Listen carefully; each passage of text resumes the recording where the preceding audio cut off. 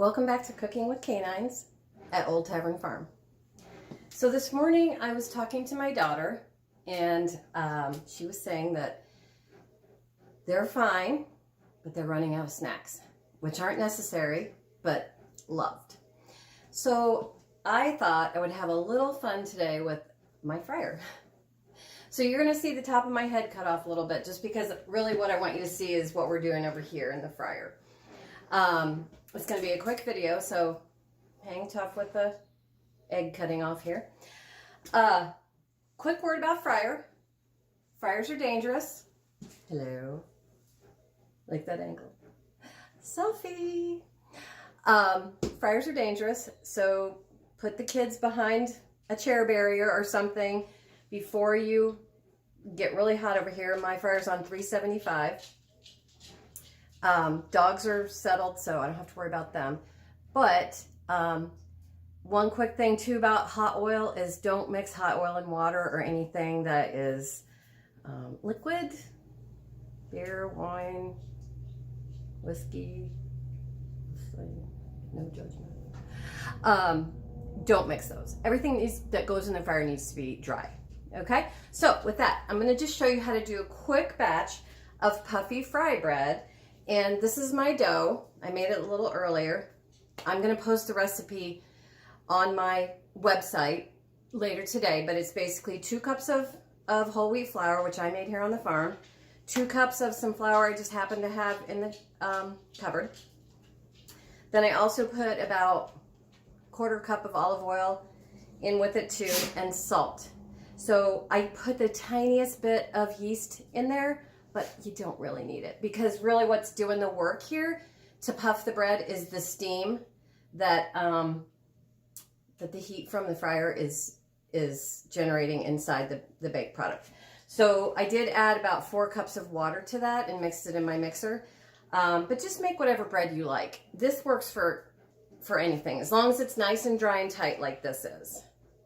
Let's see if I can get that lens to focus. Low lens. Oh yes, not an expert. Okay, you get the idea. So I'm gonna roll this out. The trick with getting dough to puff up in the oven, on the grill, in the fryer, anything like that, is you want to roll it really thin. So we're talking about 1/8 of an inch thin, if you will. And if it doesn't, it's not a loss, because fry bread, please, it's gonna be good anyway, right? So this bread, and we're not perfectionists here, we're making snacks, okay? So this bread is super thin. You can almost see through it. I wonder if I could get the light to come through. Well, anyway, you get the idea. It's super thin. We're gonna just lay it right into our fryer. Very carefully. The basket's already dropped, so you're just laying it right into. So if you wanted to do it on the stovetop in a skillet fryer, you could do it. But as you see, it puffs right up, and the steam inside the dough is working to separate those 2 layers. So you're basically, what you have here is a fried pita bread, or pocket bread, some people call them. And I just give that about a minute on this side, just to firm up the underside, so that when I take my tongs and lift up and over, it's not gonna fall apart. And if it does, just put cheese on it, it'll be fine. So I'm just gonna turn that over, just 1 turn. And we've got a nice little pocket forming here.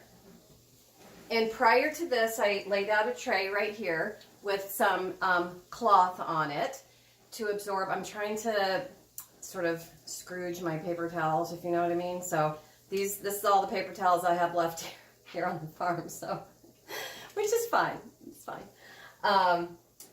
But I just laid a cloth on there. You can use cloth too. We did have cloth before we had paper towels, so. All right, so that's ready. So we're just gonna lift that out. Be very careful if you have to use your fingers. And I'm just gonna hold it up and drain it. Just a little bit.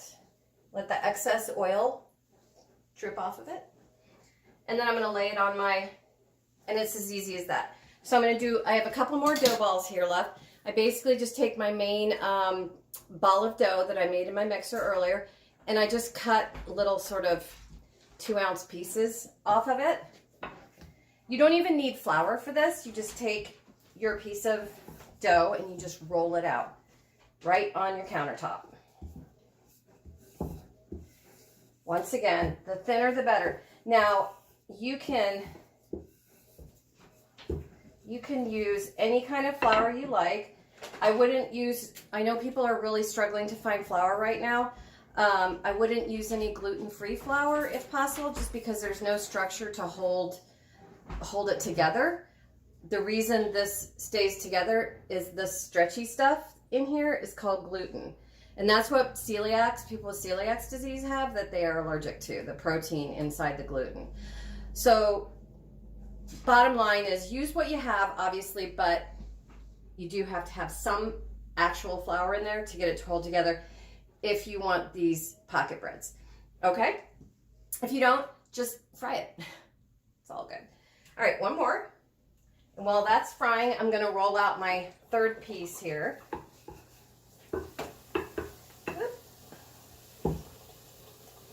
Always mindful of my actions around a deep fat fryer.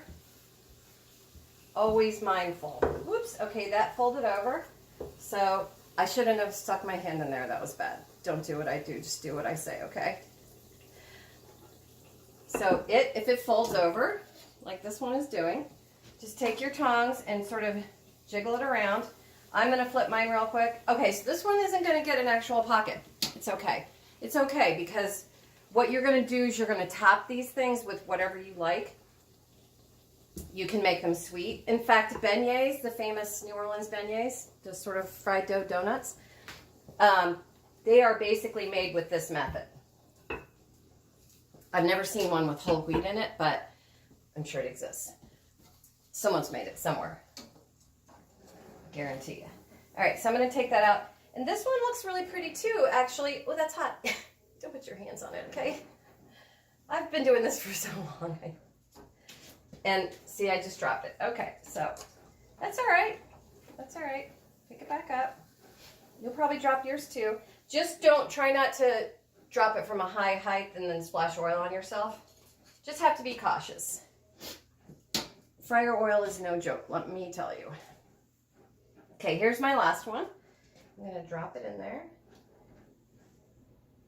And it looks like it might puff up nice, because it just, I wish I had one of those overhead mirror things that the professionals have. I'd have a mirror up here and then my angle would shoot up and then down. But someday maybe. Whoops, I got another fold over. Ah! All right, that's all right. Anytime you get these little nooks and crannies and peaks and valleys in this fry bread, it's just a place for all the toppings to stick. And you can eat these plain too. I had my first one this morning for breakfast. It was a little tiny pretend one. It was absolutely delicious. I mean, little salt, whatever you like, salt, Parmesan cheese, anything like that would be fantastic.